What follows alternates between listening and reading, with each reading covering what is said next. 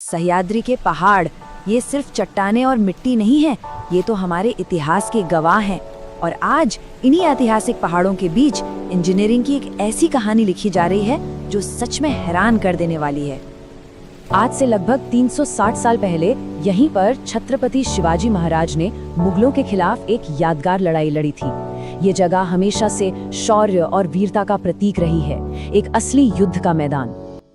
और सदियों बाद आज फिर से यही सह्याद्री के पहाड़ एक जंग का मैदान बने हुए हैं। लेकिन इस बार की लड़ाई बिल्कुल अलग है, इसके दुश्मन भी अलग हैं और हथियार भी। देखिए, उस जमाने की लड़ाई तलवारों और हिम्मत से एक सेना के खिलाफ लड़ी गई थी, पर आज की जो लड़ाई है वो स्टील और कंक्रीट से, प्रकृति की ताकत के खिलाफ लड़ी जा रही है। मतलब तेज हवाओं से, मूसलाधार बारिश से और गुरुत्वाकर्षण से। और आज के हमारे योद्धा हैं हमारे इंजीनियर्स। तो सवाल ये है कि आखिर इस मॉडर्न लड़ाई की जरूरत पड़ी ही क्यों? इस इतने बड़े प्रोजेक्ट के पीछे की वजह है मुंबई पुणे एक्सप्रेसवे का वो हिस्सा जिसे खंडाला घाट के नाम से जाना जाता है और जो बहुत ही बदनाम है। इसे कई रिपोर्ट्स में मौत का एक खौफनाक रास्ता तक कहा गया है। ये सिर्फ कोई खतरनाक मोड़ नहीं है, बल्कि ये एक ऐसा इलाका है जहां आए दिन भयानक एक्सीडेंट्स होते हैं और न जाने कितनी जानें चली जाती हैं। अब मन में ये सवाल आना तो लाजमी है कि भाई सिर्फ 6 किलोमीटर के रास्ते को बाईपास करने के लिए इतना बड़ा, इतना महंगा प्रोजेक्ट क्यों? इसका जवाब सिर्फ किलोमीटर में नहीं छिपा है। सबसे पहला और सीधा फायदा तो है समय का। ये प्रोजेक्ट पूरा होने पर सफर का टाइम करीब 25 से 30 मिनट कम हो जाएगा। सोचिए, ट्रैफिक में फंसने के बजाय ये वो कीमती वक्त होगा जो लोग अपने परिवार के साथ बिता सकते हैं। लेकिन देखिए, टाइम की बचत तो बस एक छोटी सी बात है। इस प्रोजेक्ट का असली मकसद इससे कहीं ज्यादा बड़ा है और वो है सेफ्टी। ये खतरनाक घाट को बाईपास करके हर साल होने वाले सैकड़ों एक्सीडेंट्स को रोकेगा। इसका मतलब है अनगिनत जानें बचेंगी। ये सिर्फ कंक्रीट का रास्ता नहीं, ये एक जीवन रेखा है। तो इस जानलेवा प्रॉब्लम का सलूशन क्या है? एक ऐसा इंजीनियरिंग का करिश्मा जो सह्याद्री के पहाड़ों पर धीरे धीरे आकार ले रहा है। चलिए जरा करीब से देखते हैं कि आखिर ये बन कैसे रहा है। अच्छा, इस पूरे प्रोजेक्ट को ना 2 मेन हिस्सों में बांटा गया है। पहला हिस्सा है सुरंगों का, जो पहाड़ों को चीरकर रास्ता बनाती हैं। ये 2 विशाल ट्विन टनल हैं जिनकी कुल लंबाई 10 किलोमीटर से भी ज्यादा है।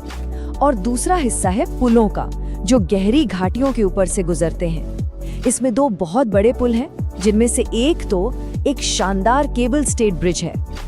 इस पूरे प्रोजेक्ट का जो सेंटरपीस है, जो दिल है, वो है ये 650 मीटर लंबा केबल स्टेड ब्रिज। और जब ये बनकर तैयार हो जाएगा ना, तो ये भारत का सबसे ऊंचा केबल स्टेड ब्रिज होगा।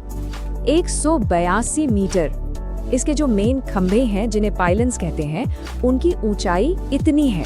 अब जरा अंदाजा लगाइए, ये लगभग 60 मंजिला इमारत के बराबर है। सच में इंजीनियरिंग का एक जीता जागता नमूना।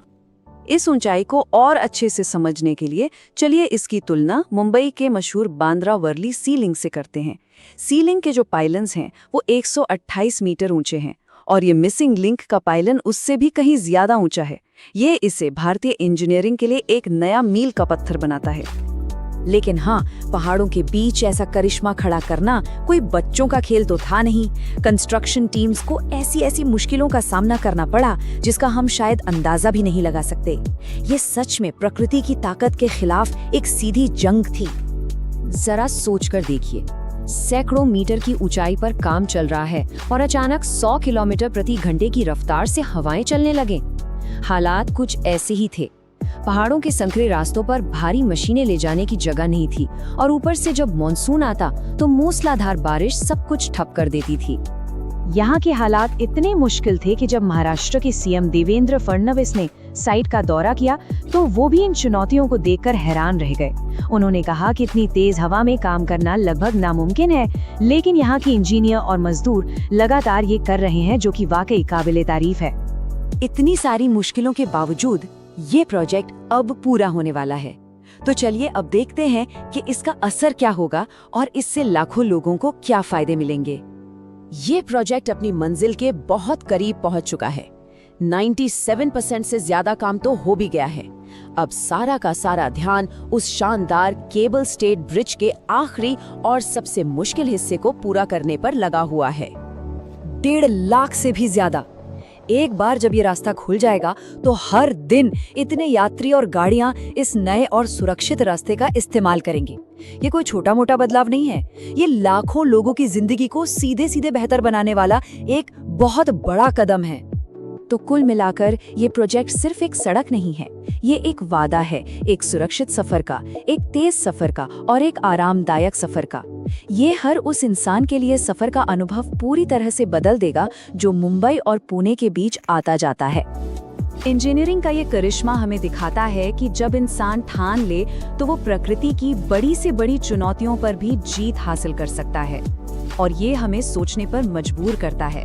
इस तरह की इंसानी काबिलियत का अगला लक्ष्य क्या होना चाहिए? वो अगली कौन सी बड़ी चुनौती है जिसे हमें मिलकर पार करना चाहिए?